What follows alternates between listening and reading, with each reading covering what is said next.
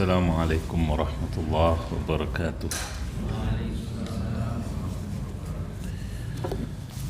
Alhamdulillahilladzi khalaqa fasawwa wa qaddara fahada wa as'ada wa ashqa wa adalla bihikmatihi wa hada wa mana'a wa a'ta wa ashhadu an la ilaha illallah wahdahu la syarika lah al-aliyyul a'la wa ashhadu anna Muhammadan abduhu wa rasuluhu an-nabiyyul mustafa war rasulul mujtaba wa ala alihi wa sahbihi wa man ihtada.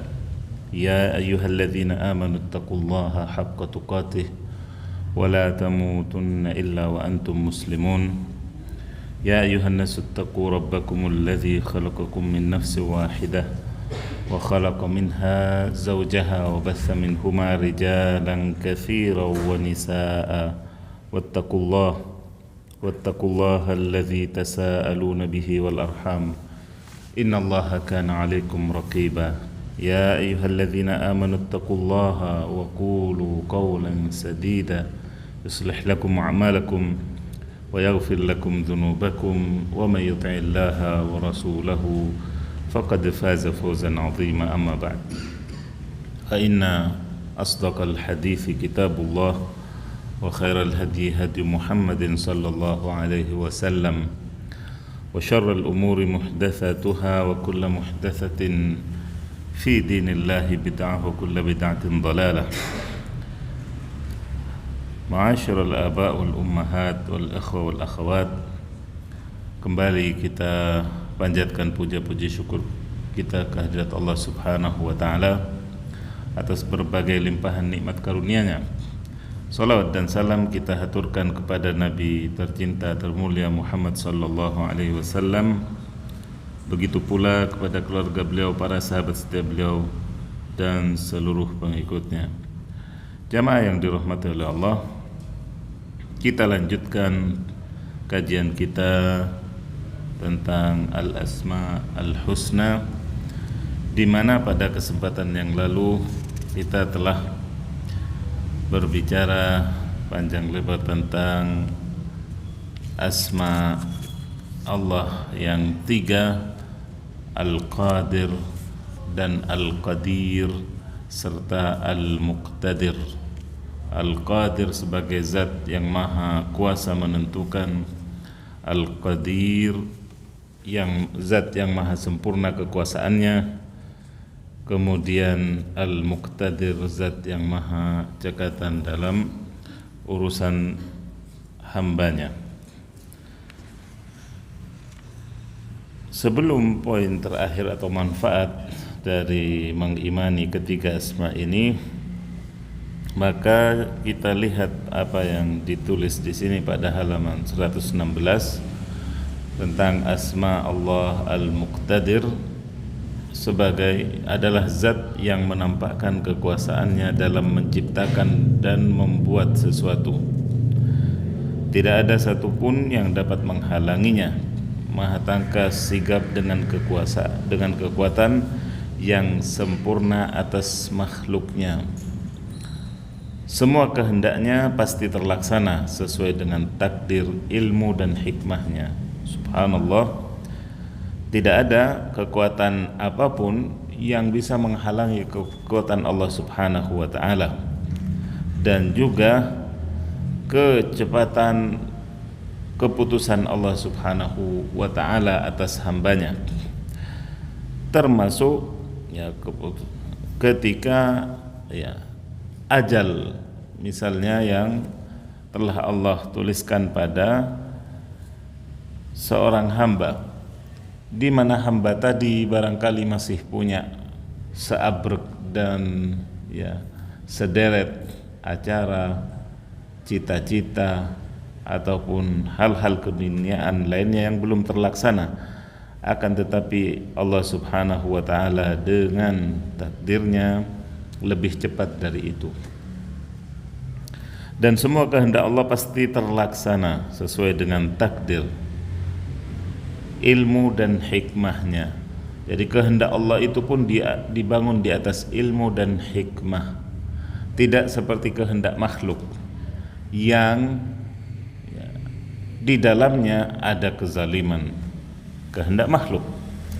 Di dalamnya ada kesewenang-wenangan, ada egoisme. Itulah kehendak makhluk. Ya. Berbeda dengan kehendak Allah yang dibangun di atas ilmu dan hikmah kebijaksanaannya. Lalu Allah Maha Kuasa, Maha Sempurna kekuasaannya. Dia tampakkan kekuasaannya pada makhluknya dengan menciptakan alam semesta dan isinya, menghidupkan dan mematikan dari mereka serta tiada yang mustahil bagi kekuasaannya, membangkitkan tiada yang mustahil bagi kekuasaannya. Terkadang kita dalam hidup saja misalnya menemui jalan buntu dari suatu perkara atau suatu masalah, akan tetapi Allah Subhanahu wa Ta'ala bukakan di saat puncak-puncaknya kita putus asa. Itu banyak terjadi, dialami oleh hamba-hamba. Di sini menunjukkan sekali lagi kekuasaan Allah sebagai Al-Qadir dan Al-Qadir. Kemudian juga membangkitkan mereka kembali untuk dihisab setelah hancur lebur badan atau jasad tubuh mereka. Lalu dia membalas amal yang baik dengan kebaikan dan amal yang buruk dengan keburukan. Dengan kekuasaannya pula Allah memberi petunjuk kepada hamba yang dikehendaki dan menyesatkan hamba pula yang dikehendaki. Dia menjadikan yang mukmin itu mukmin, yang kafir itu kafir. Dan ini sekali lagi dengan kekuasaan Allah Subhanahu wa Ta'ala.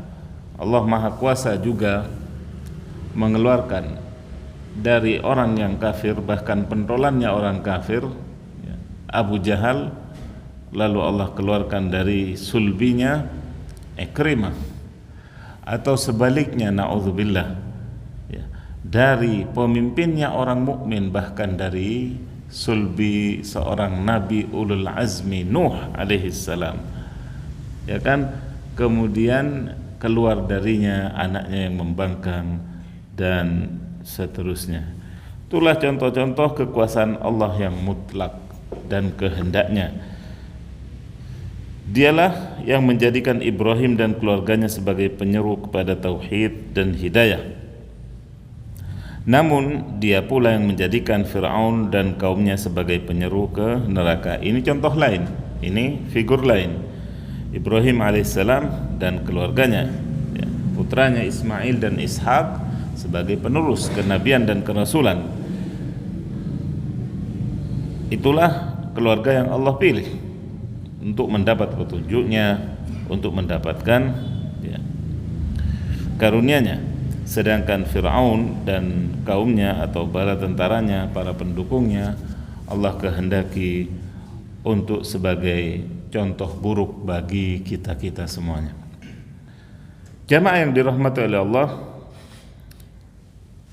poin berikutnya yaitu berkenaan dengan manfaat mengimani ketiga asma Allah ini. Di sini yang pertama dinyatakan kian bertambahlah keyakinan hamba akan kekuasaan Allah dalam memenuhi hajat kebutuhannya. Karena Allah Subhanahu wa Ta'ala Maha Kuasa, yang kaya hari ini besok belum tentu, yang miskin hari ini besok boleh jadi Allah kayakan, dan begitu seterusnya dengan kekuasaan Allah Subhanahu wa Ta'ala. Dengan demikian seorang hamba akan semakin bergantung kepada Allah dan kekuasaannya yang mutlak. Yang kedua, tidak ada keraguan terhadap kudrat Allah dalam melenyapkan musibah dan mengalahkan kaum kafir, dan meyakini bahwa kemunduran kaum muslimin saat ini mengandung hikmah yang besar. Namun kebanyakan kita tidak memahaminya. Di situ ada rahmat, kelembutan dan maslahat bagi umat Islam.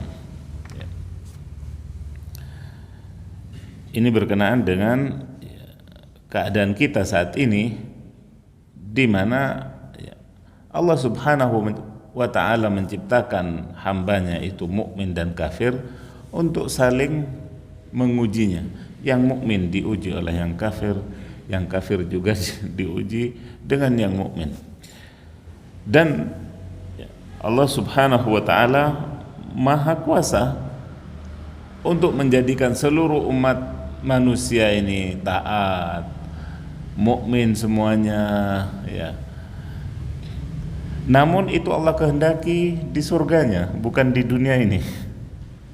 Namun Allah kehendaki yang demikian itu di surganya setelah ya hamba tadi mengalami berbagai ujian dalam kehidupan dunia, kemudian juga mendapat pahala dari upaya dan pengorbanannya dalam beribadah dan bertakwa kepada Allah Subhanahu wa ta'ala. Yang ketiga, memperbanyak membaca zikir hauqalah, la haula wala quwwata illa billah, seraya mengakui kelemahan diri dan kekuasaan Allah yang mutlak.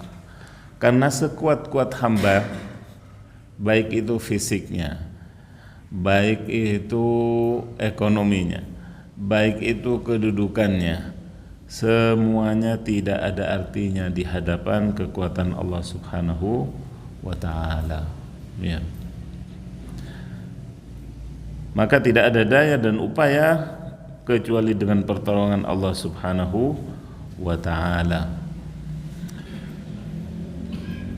Kemudian yang keempat, menjauhi kezaliman dengan berbagai prakteknya, khususnya sesama hamba, karena Allah Maha Kuasa merenggut dan membinasakan pelaku kezaliman.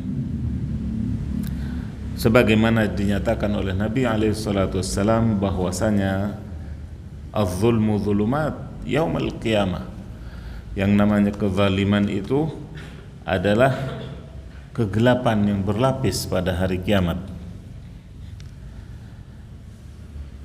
Kezaliman terhadap sesama, kezaliman terhadap binatang, kezaliman terhadap makhluk apapun dari makhluk-makhluk Allah Subhanahu wa ta'ala, semuanya akan ada hisabnya, semua akan ada pertanggungjawabannya di hadapan Allah kelak. Maka dari itu, dengan mengimani asma Allah Al-Qadir dan Al-Qadir serta Al-Muqtadir, maka semakin kuatlah keinginan kita untuk menjauhi kezaliman. Bagaimana pada kesempatan yang lalu Rasulullah juga disebutkan, Rasulullah SAW menegur salah satu sahabat yang menyiksa atau memukul budaknya, di mana Rasulullah nyatakan bahwasanya Allah aqdaru minka, ya, sesungguhnya Allah lebih kuasa atas dirimu daripada engkau atas budakmu itu. Kemudian sahabat tadi tentunya menyadari kesalahannya dan ya bertobat kepada Allah Subhanahu wa ta'ala dengan taubat nasuh, diantaranya dengan memerdekakan budak tersebut. Kemudian yang kelima, mengimani bahwa kekuatan manusia itu semata-mata karunia Allah, sehingga dia akan menggunakannya dalam ketaatan kepadanya, bukan maksiat. Nah, bahwa sekuat-kuat manusia sekali lagi tetap lemah. Wa khuliqal insanu dha'ifa, kata Allah. Dan manusia itu diciptakan dalam keadaan lemah. Bahan bakunya saja dari tanah, ya. Bahan bakunya saja dari tanah. Maka wajar saja, ya, jika manusia sakit, jika manusia kemudian juga payah atau capek, ya, lesu dan sebagainya. Dan kita yang diberi kesehatan, diberi kekuatan oleh Allah Subhanahu wa ta'ala, hendaklah pandai-pandai menggunakan nikmat ini dalam ketaatan kepadanya, bukan pelanggaran terhadap aturan dan maksiat kepadanya. Dan jangan pula kita sampai lupa diri dengan kekuatan yang Allah berikan tadi, karena kekuatan juga ada batasnya. Kemudian juga tidak selalu Allah Subhanahu wa taala berikan, karena dalam penciptaan manusia setelah Allah sebutkan secara rinci bagaimana berasal manusia itu dari min dha'f, thumma min ba'di dha'fin quwwah, dari kelemahan ketika balita, kemudian mulai menguat, yaitu bisa kanak-kanak, kemudian remaja, kemudian jadi pemuda dan pemudi, kemudian setelah itu, setelah sempurna, akan kembali kepada kelemahan wa syaibah dan ketuaan. Ini jadi semuanya ada masanya. Sudah kembali ke lemah, ditambah lagi dan ketuaan, ya plus naudzubillah min dzalik, lupa-lupanya kalau tidak pikun, kemudian juga penyakitnya kalau Allah berikan penyakit, dan seterusnya. Maka dari itu sekali lagi jangan sampai kita terpedaya oleh kekuatan yang kita miliki. Nah, kemudian yang keenam di sini, tak sombong dengan kekuatan dan kekuasaan yang dimiliki manusia atau negara, karena itu fana. Ya. Ada kalanya manusia merasa kalau dirinya lemah, tapi punya sandaran yang kuat misalnya, ya, punya backing, merasa kuat. Namun ketahuilah semua itu juga adalah lemah di hadapan Allah Subhanahu wa taala dan fana. Kemudian bisa ditambahkan di sini manfaat, ya, beriman kepada asma ini, yaitu dengan menguatnya isti'anah kita kepada Allah, meminta perlindungan kepada Allah, dan tawakal yang benar juga kepadanya, dengan mengimani ketiga asma ini,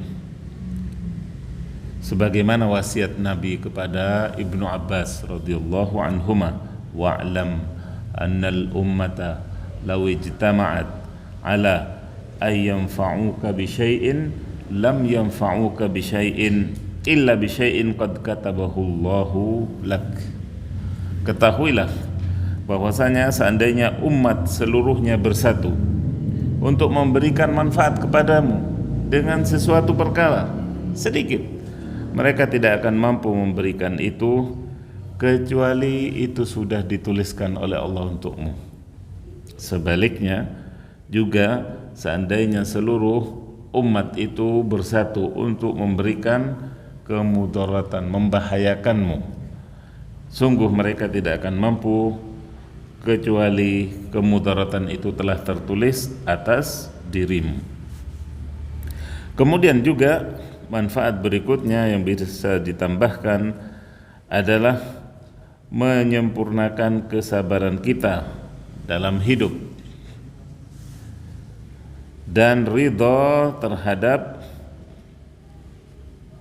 keputusan pemberian Allah Subhanahu wa ta'ala. Sebagaimana dikatakan oleh Ibnul Qayyim di sini rahimahullah, man mala'a qalbahu minar ridha mala Allahu sadrahu ghina wa amnan wa qana'ah. Barang siapa yang memenuhi hatinya dengan ridha kepada Allah, Allah akan memenuhi dadanya dengan kekayaan, ketenangan atau keamanan, dan juga qana'ah. Wa farraga qalbahu limahabbatih wal inaba ilaih wat tawakkul alaih, dan akan mengosongkan hatinya untuk kecintaan kepada Allah, kembali kepadanya, bertawakal kepadanya pula, wa man fatahu hazzun minar ridha imtala'a qalbuhu bididdi dzalik washtaghala amma fihi sa'adatahu wa falahahu. Dan barang siapa yang terlewatkan dari hatinya ya, bagian dari ridha, maka hatinya akan dipenuhi oleh kebalikan dari hal-hal tadi. Tadi apa? Kekayaan, ketenangan, dan qanaah. Maka kebalikannya kemiskinan dan juga kegelisahan serta ketamakan. Na'udzubillah. Dan dia juga tidak hanya itu, akan disibukkan dengan hal-hal yang justru tidak mendatangkan kebahagiaan dan keberuntungan. Dan inilah kerugian yang nyata. Inilah kerugian yang nyata. Kemudian juga manfaat berikutnya di sini sebagai tambahan adalah salamatul insan min amradil qulub. Selamatnya kita ini dari penyakit-penyakit hati, berupa yang utama hasad dan dengki ya, serta penyakit-penyakit lainnya, termasuk tama ataupun kikir dan sebagainya.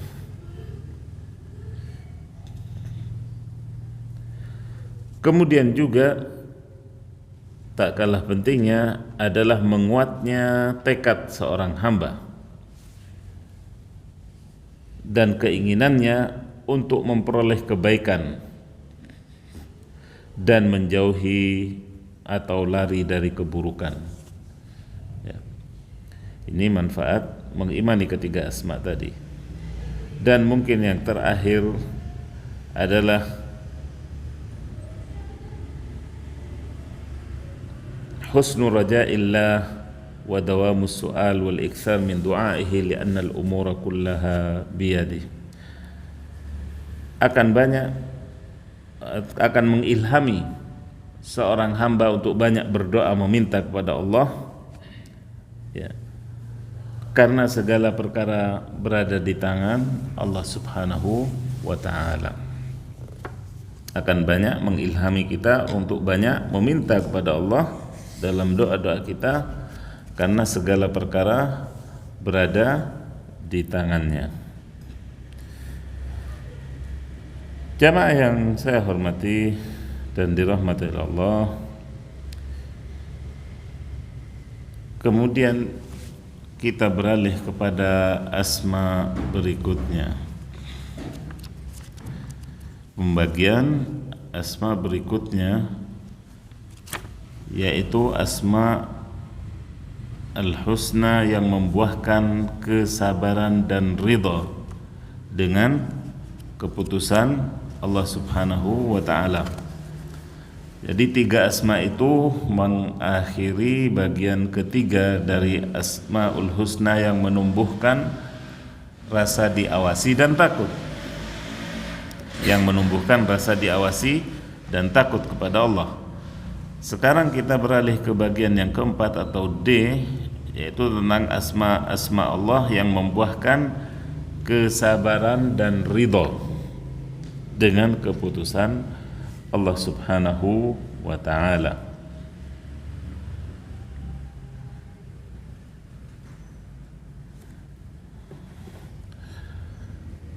Asma yang pertama di sini disebutkan Al-Hakim, Zat yang maha bijaksana.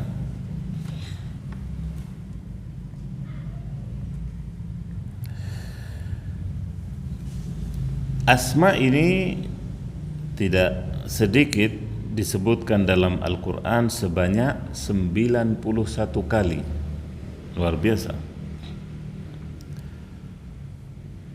Dan biasanya juga bergandengan dengan beberapa asma yang lain.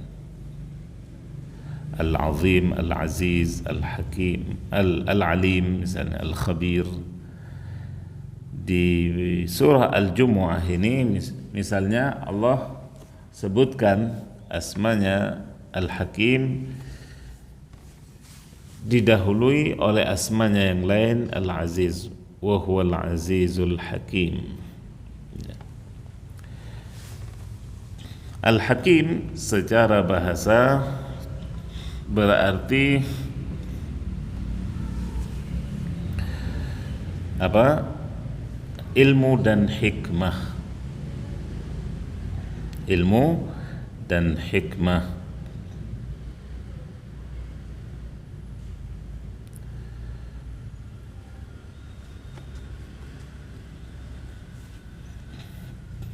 Sedangkan secara istilah dikatakan di sini zat yang memiliki ilmu yang luas dan mengetahui segala sesuatu dengan cermat dan baik. Atau juga diartikan zat yang meletakkan segala perkara tepat pada tempatnya. Zat yang meletakkan segala perkara tepat pada tempatnya, sehingga tidak menyuruh atau memerintah kecuali ke jalan kebaikan, tidak melarang kecuali dari keburukan, tidak mengazab kecuali yang berhak mendapat azab, tidak menakdirkan kecuali dengan tujuan dan hikmah kebijaksanaan. Maka perbuatan-perbuatan Allah semuanya cermat dan tepat. Ciptaannya itu istimewa, dan Allah tidak menakdirkan sesuatu itu sia-sia, dan tidak melakukan kecuali dengan hikmah dan ilmu, meskipun tidak diketahui oleh makhluknya, meskipun tersembunyi dari kita-kita.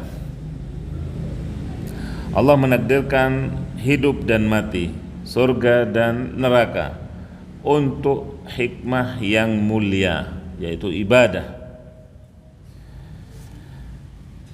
Sehingga dengan itu tampaklah hambanya yang taat dan yang membangkang, yang bersyukur dan yang kufur.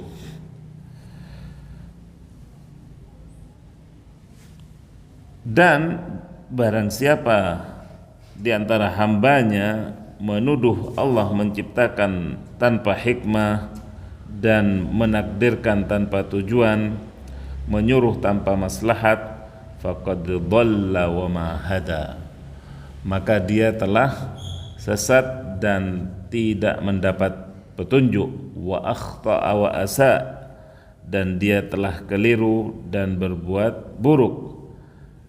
Afa hasibtum annama khalaqnakum abatha wa annakum ilaina la turja'un. Al-Mu'minun ayat 115. Apakah kalian mengira bahwasanya kami menciptakan kalian, kata Allah, dengan sia-sia, dan kalian tidak akan dipulangkan balik kepada kami, tidak akan kembali kepada kami? Allah Subhanahu wa ta'ala dengan kebijaksanaannya menciptakan langit dan bumi. Langit tanpa bocor, tanpa retak-retak, tanpa tiang. Masjid yang Masya Allah ini berapa tiang? Ada bocornya? Enggak, alhamdulillah ada bocor. Kalau rumah kita juga, ya, yang mungkin seperberapanya ya, sudah juga bocor-bocor. Akan tetapi Allah yang kita lihat langitnya membentang tanpa batas, tidak ada tambalannya. Ban mobil atau ban ini kita sudah berapa bocor. Subhanallah ya. Itulah ya kebijaksanaan Allah dalam ciptaannya dan itqannya, yaitu kesempurnaan ciptaannya. Allah juga menciptakan dengan keteraturan, memberi dan melarang dengan hikmah. Karena kehidupan tidak akan berjalan tanpa itu semua. Ahsa kulla syai'in khalqahu thumma hada. Inna kulla syai'in khalaqnahu biqadar, kata Allah dalam ayat yang lain. Semuanya dengan kebijaksanaannya dalam ciptaannya. Arzaqun makfulah wa a'malun muqaddarah wa khalaiq mukhtalifah wa kaun muhkam la yakhtallu lahzatan wahidah. Syamsun wa qamar, nujumun wa jibal, law tala khurujus syams la halakal ibad walau ta'akhkhara al-qamar 'ala an-nas la halaku. Di sini Allah Subhanahu wa taala juga menjamin rezeki hamba-hambanya, amalan-amalan mereka, juga ciptaannya yang beragam. Tidak ada yang keliru. Kalau pada manusia sering sekali terjadi kesalahan teknis atau kesalahan jadwal, ketukar dan lain-lain. Kebayang enggak kita kalau jadwalnya matahari dan bulannya ketukar? Ya, ribut atau terjadilah kegoncangan, tentunya tabrakan dan lain-lain. Semua berjalan, semua benda langit berjalan seperti yang Allah perintahkan, bergerak di mana Allah tunjuk untuk bergerak. Andai matahari ogah tidak mau terbenam, maunya terus, apa yang akan terjadi? Akan lahalak. Di sini dikatakan akan binasa al-ibad, para hamba. Begitu pula matahari mogok tidak mau terbit misalnya, apa yang akan terjadi? Kehancuran, tabrakan antar benda langit dan sebagainya. Makanya Allah Subhanahu wa taala menyatakan pada surah Ar-Rum ayat 27 misalnya, wa huwa alladhi yabda'ul khalqa thumma yu'iduhu wa huwa ahwanu 'alaihi wa lahul mathalul a'la fis samawati wal ard wa huwal azizul hakim. Allah lah yang memulai ciptaan semua makhluk, kemudian mengulanginya, dan pengulangan itu lebih mudah.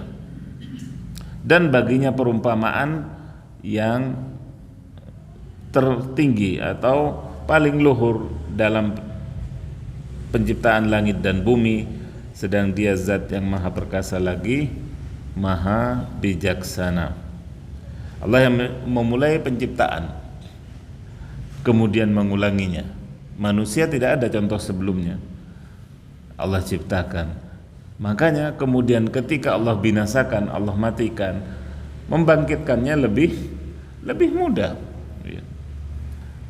Manusia saja yang terbatas kepintarannya, ketika mengarang sesuatu tentunya butuh proses panjang. Untuk bikin mobil atau sepeda motor butuh proses panjang sampai wujudnya seperti sekarang. Setelah jadi tinggal copy paste. Itu manusia. Allah Subhanahu wa taala tentunya lebih, dan bagi Allah perumpamaan yang luhur, dan tidak boleh mengumpamakan Allah Subhanahu wa taala dengan makhluknya. Akan tetapi ini adalah pendekatan bagaimana kita yang terbatas, serba terbatas, begitu ketika sudah mampu membuat sesuatu, mudah mengulanginya. Maka Allah Subhanahu wa taala tentunya ahwan alaih. Di sini dikatakan wa huwa ahwanu alaih. Maka Allah lebih mudah lagi bagi Allah Subhanahu wa taala untuk mengembalikan manusia dari kematian menjadi hidup lagi, bangkit untuk menerima balasan atau hukumannya. Kemudian juga Al-Hakim yuqaddiru 'alal 'abdil musibah wal bala. Zat yang maha bijak ini juga menentukan, menakdirkan kepada hamba musibah dan bala ujian, kemudian juga menghalanginya dari kesenangan hidup. Jangan sampai kita menyangka hal itu sebagai kesia-siaan. Bal hikamin uzma, justru hal itu untuk kebijaksanaan yang agung. Ada di balik itu semua pahala, ada di balik itu semua adalah hikmah dan ibrah bagi yang diberlakukan itu oleh Allah ataupun bagi yang lainnya.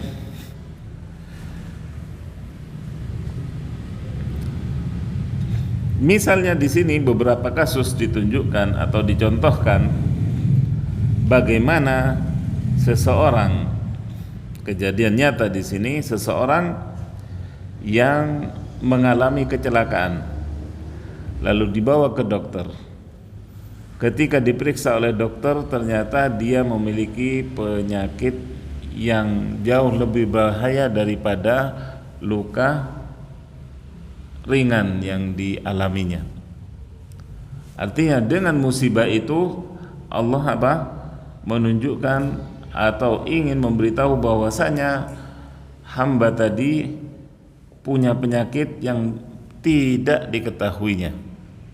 Kemudian andai terlambat mengobatinya, tentu akan menyebabkan kematian.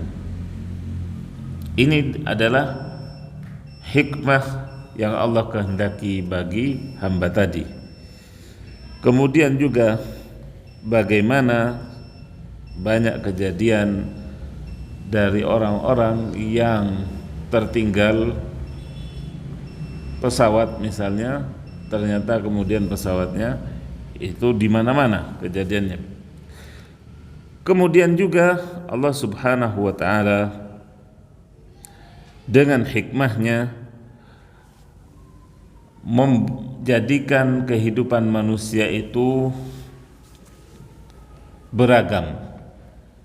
Ada yang Allah mudahkan, ada yang Allah kasih sulit, ada yang Allah kayakan, dan ada pula yang Allah miskinkan, dan seterusnya. Di mana ini juga bagian dari hikmah yang insya Allah akan lebih jelasnya pada kesempatan mendatang. Kita akan perinci hikmah-hikmah tersebut sebagaimana dinukil oleh atau dijelaskan oleh Ibnul Qayyim rahimahullah.